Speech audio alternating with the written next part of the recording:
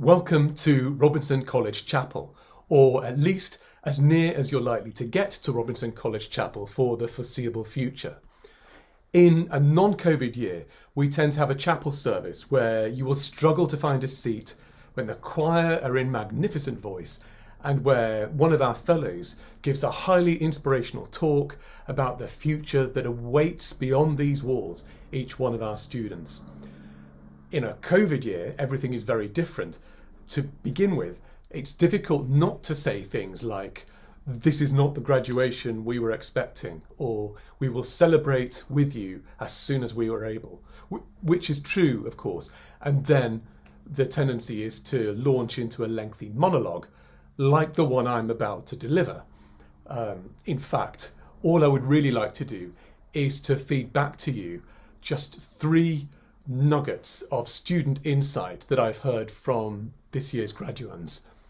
As chaplain, it's been my privilege to spend a huge amount of time with students, either on Zoom, on socially distanced walks, or prior to COVID on football pitches and at dinners and visits to the bar. So just 3 nuggets of studently wisdom. Firstly, lockdown is an introvert's paradise. For one reason or another, Cambridge students seem to have a disproportionately high number of people who regard themselves as introvert. And by introvert, I think they mean that they draw their energy from their own company rather than from the company of others. An introvert's paradise. And of course, that's not a universal truth, but it's surprising how often you do hear it from students. Although I don't believe I've heard any parents describing the same experience in such positive terms. Secondly, several students have quietly confessed to me, usually checking that no one else is listening, that they have really enjoyed lockdown. And there seem to be multiple reasons for this. One said that the exam system suited them far better than the traditional system. Another said that when she emerged back into the world of 3 dimensions after being in lockdown, she said, "I had forgotten I was small," because that just didn't come across in any Zoom meeting. And then thirdly, when it comes to resourcefulness, one student near the beginning told me in the great toilet paper shortage of 2020 that he had been compelled to use a lettuce leaf.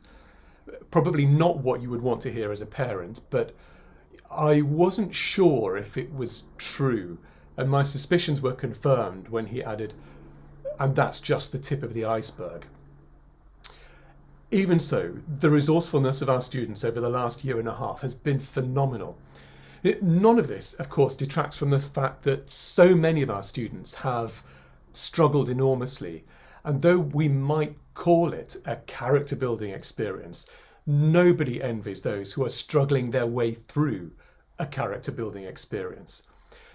Of course, we would prefer to continue eating and drinking and being alongside others. And of course, any institution is going to struggle under the kind of conditions that we've had imposed on us, and rightly so.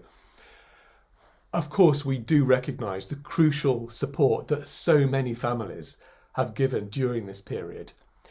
And of course, most of us prefer our times to be precedented. So, in the midst of all the inescapable negativity that surrounds COVID restrictions, these students have worked and studied and achieved in a way that brings credit to themselves, to their families and to their college. So on behalf of the college and our chapel community, all I can say is, I salute you. God be with you.